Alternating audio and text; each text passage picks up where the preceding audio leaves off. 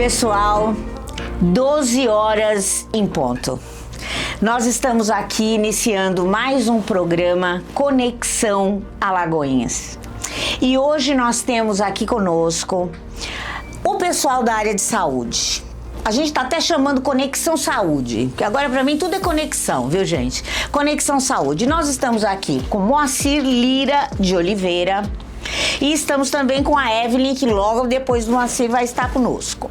Então vamos lá. O Moacir Lira de Oliveira, ele é psicólogo, professor, especialista em saúde pública, já foi secretário de saúde aqui de Alagoinhas em 2018, né? Gente, não vai dar para ler tudo o que o nosso entrevistado já fez na vida, mas depois a gente dá um resumão mais no final. Agora, a grande questão é que hoje ele é responsável pelo ambulatório de saúde mental do município. Gente, hoje nós temos uma realidade que precisa ser transformada. Tanto é verdade que o governo editou recentemente a NR1 sobre saúde mental, que está atingindo a população brasileira nos últimos anos de uma forma absurda. Em maio, esta lei entra em vigor. Então, nós temos que nos preparar para receber essa lei e também para divulgar para a população quanto é importante nós cuidarmos da nossa saúde mental. Muito obrigada pela sua presença, Moacir, pelo seu tempo, que eu sei que é restritíssimo, mas eu peço muito, eu quero agradecer imensamente. E eu gostaria que você dissesse o seguinte para mim. No final do ano passado foi entregue à população um ambulatório, né, de saúde mental. Qual foi a importância desse marco para a cidade? Gratidão, Selma, é toda minha. Quero mandar uma saudação especial àqueles que nos assistem nesse momento para falarmos de um tema tão importante. Dizer que eu estou na Coordenação Municipal de Saúde Mental e aí destacar que nós temos 2 equipamentos especializados na saúde mental de Alagoinhas. Temos um ambulatório de saúde mental que antes funcionava na Policlínica Municipal e nós qualificamos, tendo um espaço agora específico com psiquiatras, psicólogos, e tem enfermeira, toda a equipe do ambulatório de saúde mental, e temos o CAPS 3, que funciona 24 horas.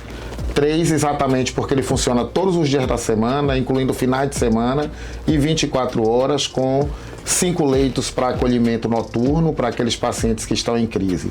E especificamente sobre o ambulatório, destacar que ele data de 2001, nesta cidade. O CAPS é de 2003 e eu acompanho todo esse movimento desde lá. Aliás, desde o fechamento do anexo psiquiátrico aqui em Alagoinhas, que foi um marco importante na nossa reforma psiquiátrica aqui na cidade. Então, o ambulatório, ele ocupava as dependências de um centro de especialidades.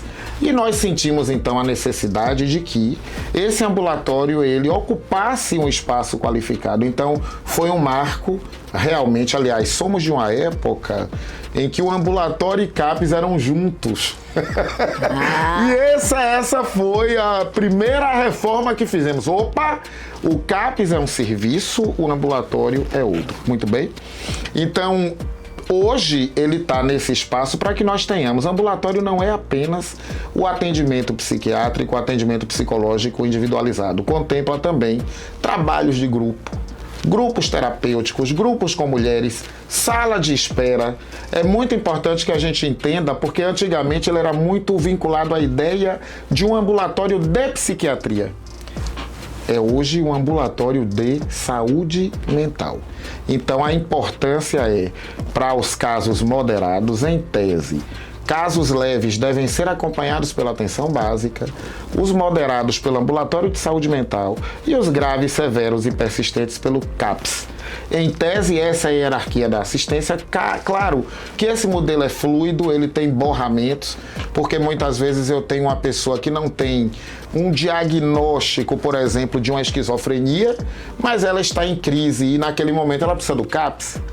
Porém, depois ela pode ser encaminhada para um ambulatório, porque aí já passa a ser um caso mais moderado, de acompanhamento mais espaçado, se comparado com os cuidados intensivos que a gente tem no CAPS.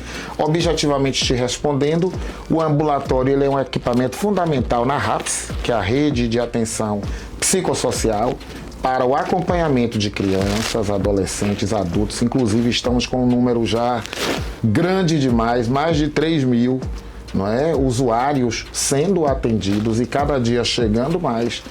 O adoecimento mental está aí na ordem do dia. Nós temos índices elevadíssimos de ansiedade, de depressão, dentre outros transtornos.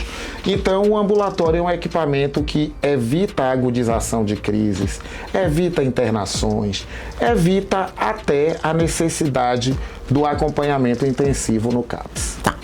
Agora sim, nós estávamos conversando ali, né, antes de entrarmos aqui no estúdio, e eu tenho percebido que a cidade conhece muito pouco do serviço, não sabe como acessá-lo, não sabe sequer aonde fica.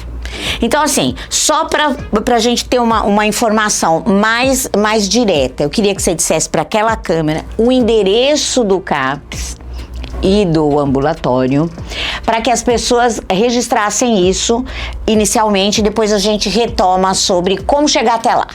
Perfeito. Ambos os equipamentos, tanto o CAPS quanto o ambulatório de saúde mental, ficam localizados ali no bairro do Parque Floresta. O CAPS fica em frente à Policlínica Municipal e o ambulatório fica ali nas proximidades também, logo numa rua ao fundo. Então nós temos os dois equipamentos próximos, Parque Floresta, nas proximidades da Policlínica Municipal de Alagoinhas. Perfeito. E agora o acesso.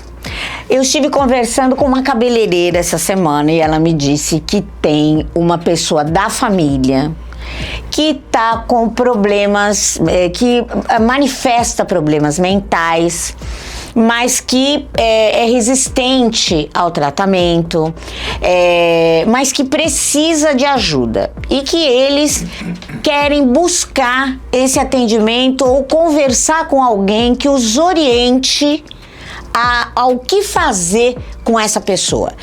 O que a gente pode dizer para essa pessoa? Excelente pergunta, Selma, e agora eu me dirijo à população de Alagoinhas para dizer, primeiro, a questão do acesso, da busca, ainda tem muito a ver historicamente com o preconceito em relação à busca do tratamento em saúde mental.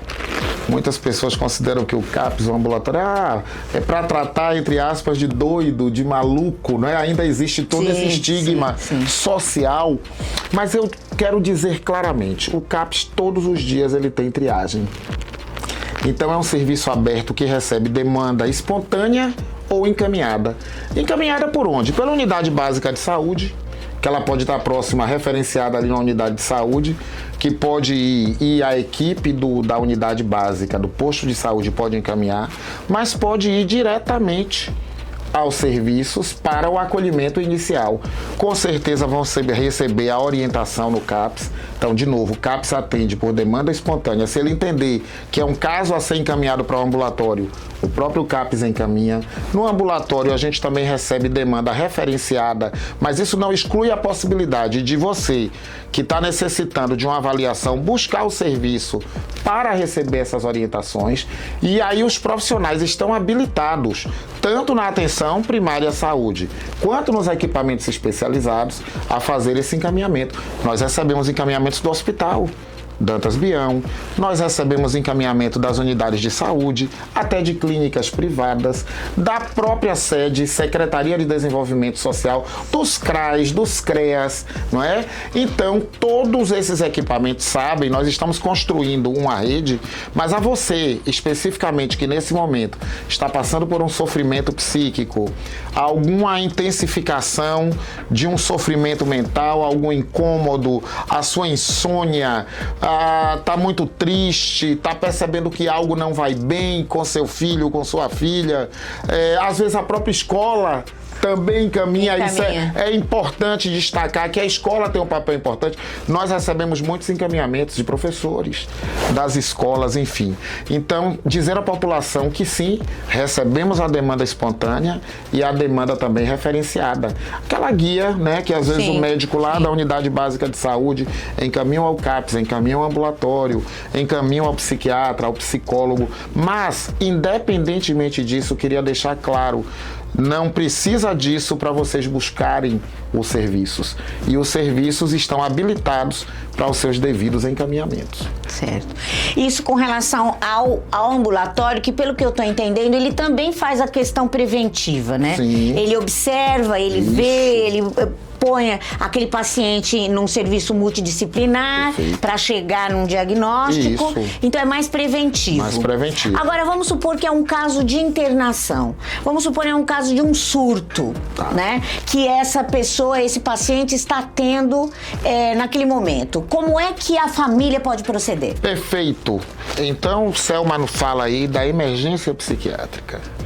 Os casos de surtos. Qual é o desenho que nós temos no município? O paciente está, por exemplo, agredindo pessoas ou se autoagredindo, está dentro de casa, como isso a gente vê todos os dias acontecendo. Primeiro equipamento a ser acionado é o SAMU 192. Então, esse paciente em surto psiquiátrico, ele será encaminhado pelo SAMU, às vezes com apoio da Guarda Municipal, da própria PM, a depender da gravidade da situação. Esse usuário ou paciente é encaminhado ao Bião. O primeiro atendimento é feito lá no hospital e o hospital encaminha para o CAPS ou para o ambulatório, a depender do caso. Há algumas situações que demandam regulação para o hospital psiquiátrico, a depender da gravidade da situação, o Hospital Dantas Bião faz isso. Mas sempre estamos em contato. Hospital, SAMU, CAPS, ambulatório, nós temos uma rede que inclusive está se solidificando para entendermos qual o papel de cada equipamento no fluxo das emergências psiquiátricas. Foi bom você falar nessa questão do fluxo, né? Nós temos muitas, na verdade, reclamações a respeito do atendimento do SAMU, por exemplo, né? Chama, demora, não vem. Eu mesmo tive uma situação aqui, quando eu cheguei em Alagoinhas, eu cheguei para socorrer uma amiga. E eu tive que ligar para o SAMU de lá, de São Paulo, para poder ser atendido aqui. O SAMU não veio durante todo o dia e ela foi socorrida pela própria família, levada para o Bião, quando eles chegaram em casa e viram ela na situação que ela estava. Como é que está funcionando este fluxo? O ideal, como eu disse, é realmente chamar o equipamento, porque nem sempre a família vai estar preparada para fazer isso, e não é o caso, né? Nós temos as situações de risco que podem envolver auto-heteroagressividade. Então, o ideal é chamar o serviço. Nós sabemos que o SAMU tem todo um congestionamento, né, de chamados, tem várias situações, mas eu digo assim, nós temos uma coordenação lá potente do SAMU, temos discutido muito saúde mental com emergência, exatamente para que haja um entendimento, por exemplo, do que é a crise. Às vezes, Selma, não necessariamente a crise, ela é configurada pela agressividade. Eu posso ter uma pessoa quietinha num canto que está pensando em suicídio, por exemplo, ou em tentativa e tal. Então, o ideal realmente é insistir no 192, não é? Para que esse fluxo ele aconteça dessa maneira. Já vi situações até em que a Guarda Municipal ela é acionada. Às vezes o familiar entra até em contato com o CAPS para a gente mediar também esse contato junto ao SAMU. Enfim, somos uma rede, estamos abertos. O que não pode é o paciente ficar em sofrimento, não é? E o atendimento que tem que acontecer, por vezes, de maneira pronta, imediata. Então, a minha recomendação do ponto de vista do fluxo é essa. De fato, ligar para o SAMU, evitar essa coisa de levar o próprio familiar levar. Tem casos e casos. Tem alguns usuários que estão tranquilos para que a família leve ao próprio hospital ou leve ao CAPS, mas tem situações que não. Então eu recomendo realmente esse fluxo. E agora a questão do público, né? Dos pacientes que recorrem ao serviço. Eu vi recentemente que nós estamos aí com uma demanda a mulher hoje estaria sendo sendo a paciente mais recorrente dos serviços de saúde mental, por conta de, né, todos aqueles motivos que a gente conhece. Determinantes culturais, sociais, biológicos. Aqui em Alagoinhas, como é que nós estamos com esse quadro? Quem procura mais o serviço? Historicamente, Selma, as mulheres sempre procuraram mais. Né? Inclusive nós homens, aí vai um recado, né? Somos aqueles que menos procuramos serviços de saúde de um modo geral, estamos morrendo mais. O homem, por uma série de questões, inclusive culturais, sim, do preconceito, desde a buscar um urologista, e tá aí o câncer de próstata, o câncer de pênis. As mulheres são muito mais, digamos assim, abertas à procura pelo serviço. Dá para olhar estatisticamente, rapidamente ali, a quantidade que eu tenho de mulheres e a quantidade que eu tenho de homens. Inclusive são elas, as mulheres, vocês mulheres, que são aquelas que mais cuidam. Inclusive as cuidadoras. Temos muita, Selma, que interessante isso que você chama a atenção, que estão no serviço sendo cuidadas, mas também são cuidadoras de filhos que têm problemas mentais, não é? Sim. Então há uma sobrecarga muito grande sobre esta mulher. Recai sobre ela uma responsabilidade muito grande, sem contar aí com os índices alarmantes de violência doméstica, estão aí os índices, né, de feminicídios e tudo mais. Então, assim, seguramente as mulheres procuram mais. E o quadro mais específico? Depressão, ansiedade, ausências... O que mais caracterizaria isso? Olha, hoje eu diria para você, no ranking epidemiológico, os transtornos de ansiedade estão lá em cima, acompanhados dos transtornos de humor, e aí depressão, mania, transtorno afetivo bipolar, não é? Então nós temos quadros ansiosos, quadros depressivos, quadros neuróticos, fóbico-ansiosos, os quadros psicóticos, mas a depressão, ela tem ocupado ansiedade e depressão, e o transtorno misto, ansiedade e depressão, tem ocupado índices destacados pela própria OMS, pela Associação Brasileira de Psiquiatria, pelo Conselho Federal de Psicologia. Os dados estão aí alarmantes, não é? E acometem alguns diagnósticos, eles são mais prevalentes em mulheres, né, a exemplo de quadros ansiosos e tal. Outros, como transtornos de personalidade, muito presentes mais em homens, não é? Nós temos, por exemplo, dados em relação ao suicídio. Mulheres tentam mais, homens, infelizmente, cometem mais, né? Não é bom nem tentar, nem nada disso, mas dizer que existe um recorte também por sexo, não é? A questão do gênero, o sexo socialmente construído também é muito importante pensar nisso. A população trans, né? Precisamos pensar na qualificação dos serviços para atendimento dessa população também bastante acometida por transtornos de humor, não é? E por uma série de fatores ligados à exclusão social e tudo mais, não é? Agora, com relação a todos esses itens, né, que a gente observa, todos esses recortes, eu sinto muita falta de dados, de números. Como é que nós estamos trabalhando estatisticamente esta realidade aqui em Alagoinhas? Muito bem, essa é uma outra pergunta que a gente vem batendo sempre. Monique daqui a pouco vai falar sobre o Nivave, está fazendo um trabalho muito bonito, inclusive de levantamento de dados. Hoje eu diria assim, a gente tem a contabilização por prontuários, não é? Eu poderia numa conta rápida dizer aqui a você que o CAPES hoje atende uma média de 4.000 e poucos usuários que estão cadastrados, o ambulatório mais de 3.000, não é? Esses que eu estou te dizendo, cadastrados, esses números nós temos, não é? Porque nós temos ali os relatórios que são feitos mensalmente do número de atendimentos psiquiátricos, psicológicos e tudo mais. Estamos avançando no prontuário eletrônico, porque isso é muito importante, que você tenha esse prontuário, quer dizer, aquele usuário que é atendido na unidade básica de saúde, eu ter acesso no CAPES, qual atendimento ele fez, qual medicamento ele está utilizando. Então nós temos esses dados planilhados, ainda precisamos avançar muito junto com a questão tecnológica do PEC, né, do prontuário eletrônico, enfim, mas eu tenho esses números, né? Claro que precisamos até divulgar mais, Por exemplo, o recorte de quantos transtornos depressivos eu tenho, quantas pessoas que estão convivendo com depressão grave, ou com a distimia, ou com a esquizofrenia paranoide, né? Quantos transtornos de personalidade borderline. Nós temos um sistema do próprio Ministério da Saúde, que é a RAAS, né? O Registro de Ações Ambulatoriais nos Serviços de Saúde. Tem o BPA, que é o Boletim de Produção Ambulatorial. Todos esses elementos nós temos que já são próprios do Ministério da Saúde, do DataSUS, da CESAB, da própria Secretaria de Saúde do município. Lembrando que Alagoinhas é sede de uma macro-região. Nós temos 34 municípios na macro, não é? Não, são 18 municípios da micro de Alagoinhas e 16 da região de Ribeira do Pombal, incluindo Tucano. Então são 34 municípios que orbitam aqui, não é?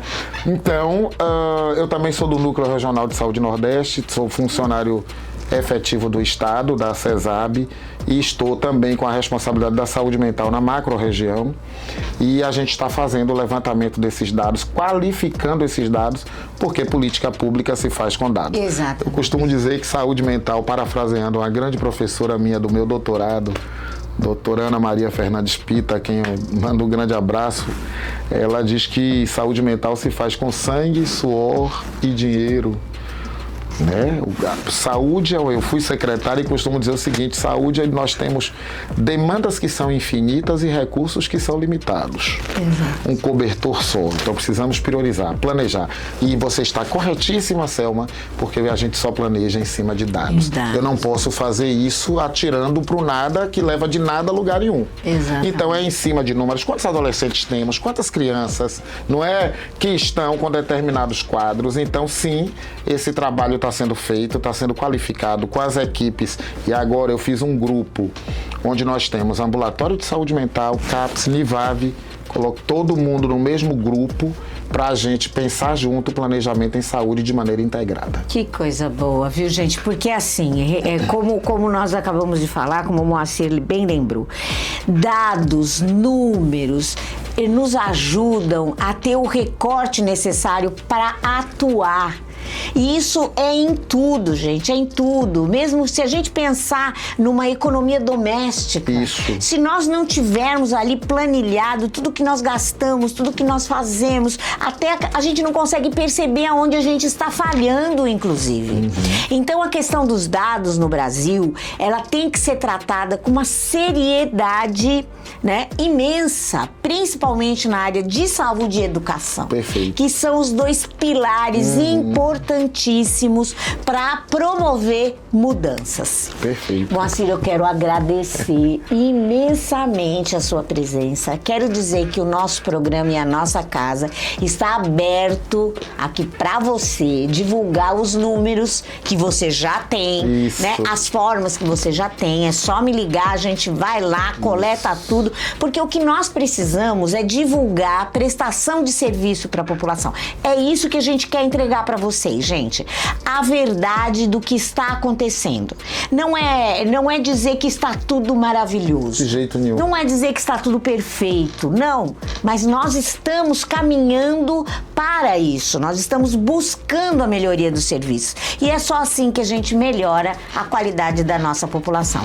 Muito obrigada, viu? Muito obrigada mesmo. Agradecido estou eu. Muito obrigado, Selma, por essa oportunidade de falar de saúde mental. Eu tenho 26 anos nessa militância, né, profissional na saúde mental. E adorei estar aqui, vocês que nos ouvem, e espero retornar para discutirmos mais sobre saúde mental e os novos equipamentos que nós estamos pensando.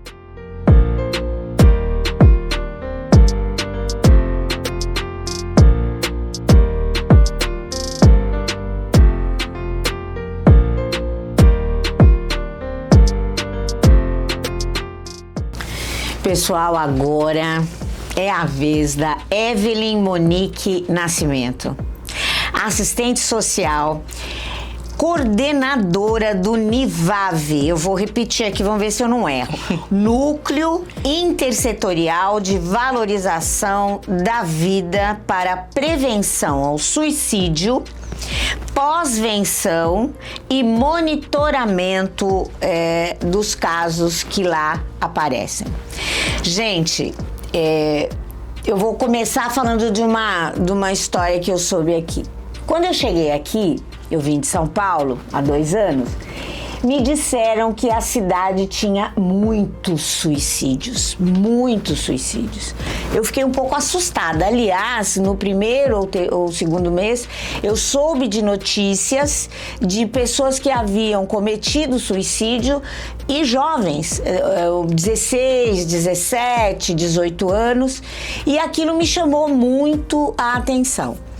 E lembro também que eu sou jornalista também em São Paulo durante muitos anos, e lá uma regra do jornal era: não noticiamos suicídio. Aí, por quê? Porque ao noticiar o suicídio, praticamente a notícia acaba incentivando pessoas que estão apenas ou começando a pensar sobre. Isso é verdade? Então, agradecer pelo convite, né? E agradecer as pessoas que nos assistem.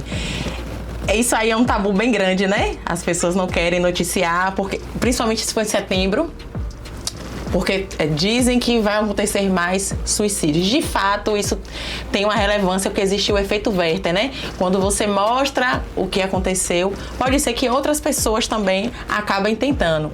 Mas assim, existe uma coisa, é a responsabilidade que a gente precisa ter ao noticiar. A gente pode sim noticiar, lembrando que a gente não deve falar sobre o método, isso não deve ser dito na matéria, e mostrar alternativas a isso.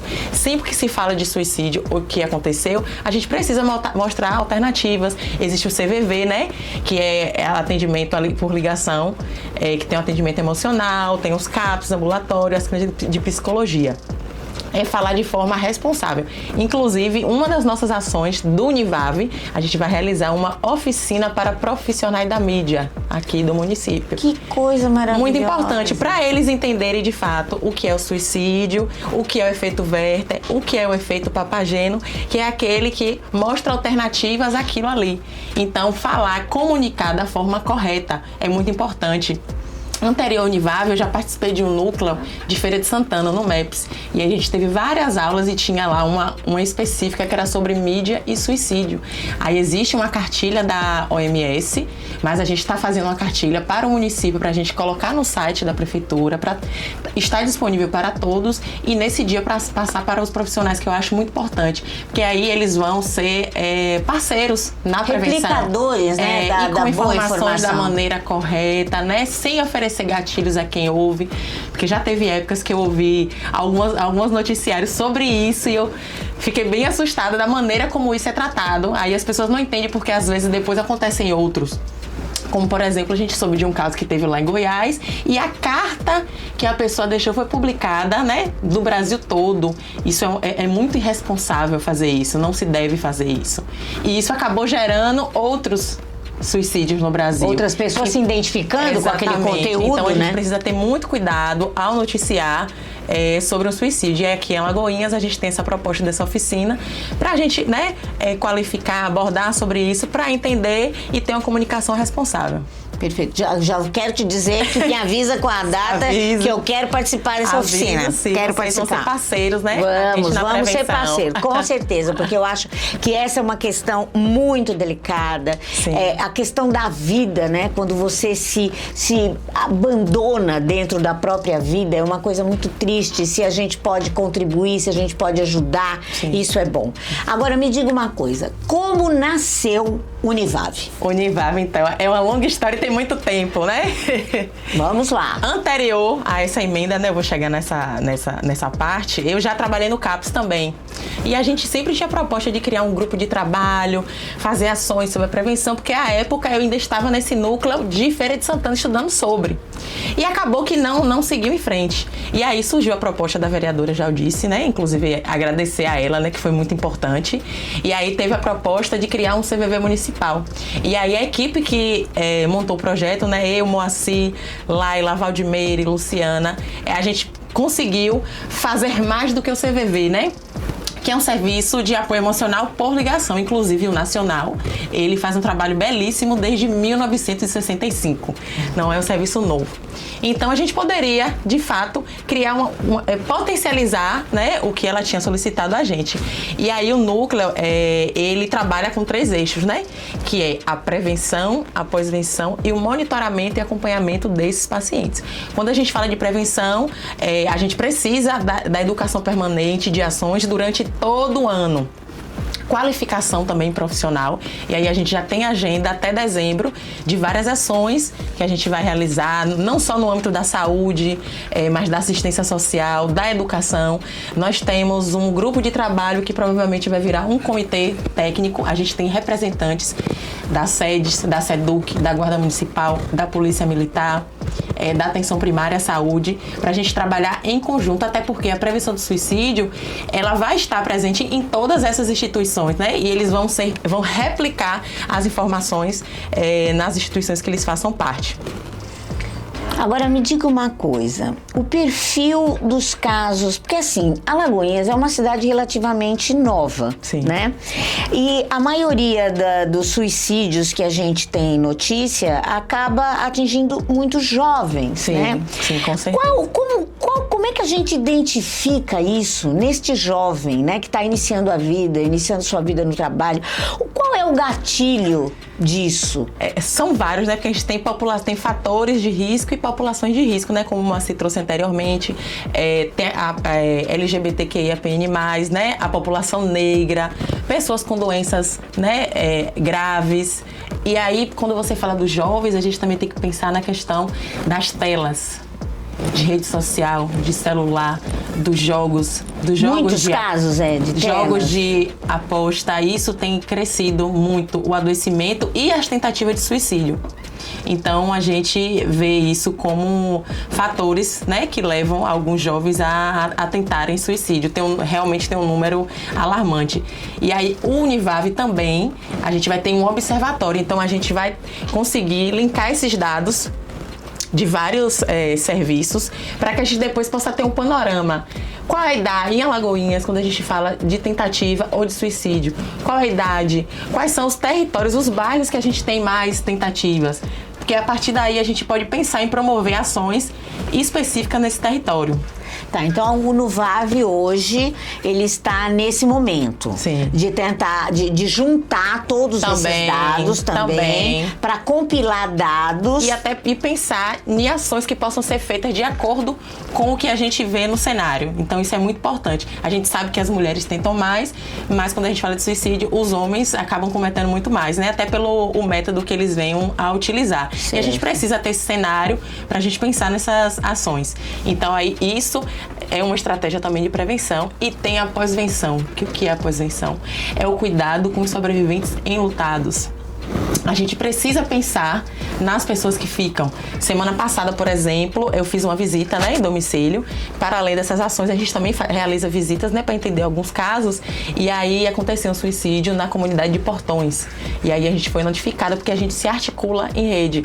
Quando acontece um suicídio, a gente é notificado e a tentativa também. Isso é importante. E aí a gente teve conhecimento e aí juntamente com a coordenadora do CAPES, a gente fez essa visita. Foi na unidade de saúde inicialmente para compreender todo o contexto, se já havia tentativas anteriores, se tinha algum diagnóstico psiquiátrico, coisa do tipo, e depois a gente foi até a residência, ouvir os familiares e ver o que de fato a gente pode estar oferecendo para eles. E aí eu já até me articulei para os filhos, né, dessa senhora, eles terem um acompanhamento psicológico, porque é muito importante. E na visita a gente percebeu de fato que eles estão extremamente fragilizados. Então o nosso primeiro caso de pós-venção que a gente tem acompanhado. Já tem um outro também para fazer, que teve um outro no Barreiro, e aí a gente vai fazer a busca ativa dessa família, como a gente trabalha juntamente com a Atenção Primária à Saúde, e quem está no território, a unidade de saúde da família, a gente se articula e vai fazer essa visita e entender quais são as demandas e dar esse acompanhamento. E agora, pegando um gancho no que você está dizendo, como é que as famílias podem observar né? Que as pessoas que estão ali, não necessariamente as famílias, eu falo família porque aí a gente está mais próximo, né? Mas no ambiente onde você convive, ou no trabalho, ou na escola, que você pode perceber que aquela pessoa está passando por uma dificuldade que pode, num futuro, desembocar num suicídio. Como é que a gente trabalha isso? O que a gente tem que perceber nisso? Tem muita gente que a questão do isolamento, uma pessoa que sempre estava com seus familiares, se isolar mais, deixar de fazer coisas que antes gostava, né? É bom sempre olhar isso. Tem outras pessoas que, infelizmente, as pessoas não conseguem identificar. Eu tive uma situação de uma colega de faculdade, que aí ela mandou, mas aí na época eu já estava no núcleo, eu consegui me atentar na hora sobre isso, mas talvez outra pessoa não conseguisse. E ela mandou uma mensagem pra mim, que ela tinha me pedido a consulta psiquiátrica, psicológica e tal. E ela mandou uma mensagem: oi, Monique, tô aqui passando pra te agradecer por tudo. Muito obrigada por tudo que você fez comigo. E aí na hora me deu aquele gatilho assim, por que ela mandou essa mensagem me agradecendo? Tem alguma coisa errada. E já, se eu não me engano, já tinha uma tentativa anterior.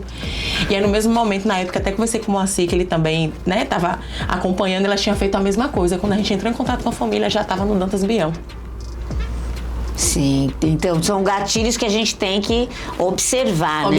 Então, a mudança que cada um mudança de tem. comportamento, o isolamento, tristeza, não necessariamente que todo mundo vai ter esse perfil, né? Sim. Muita gente vai continuar alegre, sorrindo e depois, quando a gente sabe, já aconteceu. Inclusive eu vi recentemente na própria rede, né, na rede social, mostrando como essas pessoas estavam um dia antes de cometerem o suicídio. Sim, eu já vi esse vídeo. Você já viu esse vídeo? Não sei se são os dois rapazes que estão no jogo e tem um que tá muito na dele e o outro muito feliz. E quando que na verdade quem tinha cometido suicídio era o que tava mais feliz. As pessoas alegres, felizes, né, usufruindo da vida, aqueles ambientes maravilhosos, às vezes até, né, você jamais vai imaginar que uma pessoa sorridente, feliz, mostrando aquela felicidade, as né? aparências acabam enganando. Acabam nos enganando. E outra coisa, você mencionou durante o ano todo fazer campanhas. Sim. É uma coisa que a gente sente muita falta. Exatamente, porque ficam as campanhas Outubro Rosa só no outubro, Setembro Amarelo só no setembro. Exato. E durante todo o ano essas coisas acontecem. Essas coisas acontecem e a gente não vê com a frequência que deveria acontecer. Exatamente. Então, como é que essa campanha é deflagrada? Como é que é desenhada essa campanha para que a população tome conhecimento do serviço propriamente dito? Exatamente. A gente tem uma programação anual que vai até dezembro e durante os meses a gente tem ações com escolas que a gente sabe, né, dos adolescentes que tentam muito, então a gente vai fazer ações junto com a escola, na assistência, nos bairros também. Eu tive uma reunião com o presidente da UAMA. É importante que a gente faça rodas de conversa nos dias das reuniões, né, da associação com o pessoal, né, da comunidade. É muito importante. Inclusive, esses dias eu recebi uma solicitação do presidente da UARA, que é a Associação de Moradores, mas da Zona Rural, de um jovem que tinha tentado suicídio e tinha uma fragilidade com a família, o que é que a gente poderia fazer. É bom a gente ter um contato com o povo e no território.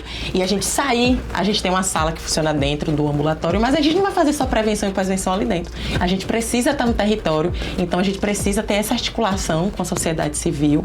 É imprescindível, porque quem está lá, o presidente do bairro, às vezes recebe demanda dos moradores que às vezes não chega na unidade de saúde, não chega no CAPS, não chega no ambulatório. Então, essa articulação é muito importante. Por isso que eu sempre digo, a gente não faz atendimento clínico. Até porque existe a RAPS, que é a Rede de Atenção Psicossocial, e existe o CAPS, o ambulatório. O Univave, junto com esses equipamentos, a gente trabalha de forma conjunta. Somos parceiros, né? O Univave vem para apoiar muito mais esse quesito da prevenção do suicídio e diminuir as lacunas caso elas hajam, né? Então a gente vai ser parceiro nisso. E quando eu falo do monitoramento e acompanhamento, os serviços, quando chegarem com algum paciente com tentativa, a gente acompanha de forma conjunta. É uma mulher em situação de violência e ela está no sofrimento, ela foi para o psiquiatra. Mas só o atendimento psiquiátrico e psicológico consegue dar conta se ela está vivendo num ambiente de violências. A gente precisa fazer articulação com o CRAM, com assistência, de que maneira a gente pode estar atuando para estar tirando aquela mulher daquele contexto. Né? E o CRAM, ele atua de maneira muito legal. E aí existe a casa de acolhimento, a mulher em situação de violência. De que maneira a gente pode ajudar? Então, trabalhar de forma conjunta e articulada com os outros serviços. Evelyn, muito obrigada pelas suas explicações. Nós sabemos que esse tema dessa vitimização que as pessoas fazem com elas próprias, sozinhas, né? Que elas próprias não conseguem externar, né, o que elas estão sentindo. É tema, assim, para vários programas, e eu acho que é importante a gente estar sempre em contato. Sim. E trazer, tentar disseminar isso, sim, essas informações na rede, para que a população de Alagoinhas saiba que existe, sim, que tem para onde ir, sim, entendeu? Que o sistema está em construção, é verdade, sim, mas que a gente tem que apoiar para que ele cresça, sim, e se fortaleça. Sim, com certeza. Então eu gostaria que você dissesse ali, ó, para aquela câmera, qual a importância das pessoas conhecerem cada vez mais o NUVAV. E aí eu digo no geral, não apenas profissionais de saúde, né, mas a população de Alagoinhas, para entender, né, que a prevenção, ela não parte apenas dos profissionais da saúde, é de todos nós. Então é de suma importância que todos vocês conheçam a atuação do NIVAV, né, as oficinas que a gente vai realizar, as reuniões que a gente vai participar nos bairros, para vocês entenderem e serem os nossos parceiros, né? Afinal, a prevenção do suicídio, ela deve ser feita por todos. Me diga uma coisa, tem um sítio eletrônico, um endereço eletrônico onde as pessoas podem mandar e-mail? Tem o e-mail. Diga aí pra nós. O e-mail é nivavalagoinhas@gmail.com. Em breve a gente vai ter também, né, um Instagram para as pessoas de fato verem o que é que a gente faz. É muito recente, mas é importante que a gente divulgue. Vai ter o WhatsApp também? Vai ter também, que aí as pessoas podem estar se comunicando. E lembrar que o NIVAV é uma estratégia recente, né, Mo? Eu acredito que na macro-região dos 33 municípios não tenha nada parecido. Então a gente está sendo pioneiro na prevenção, na pós-venção e no acompanhamento e no monitoramento desses pacientes.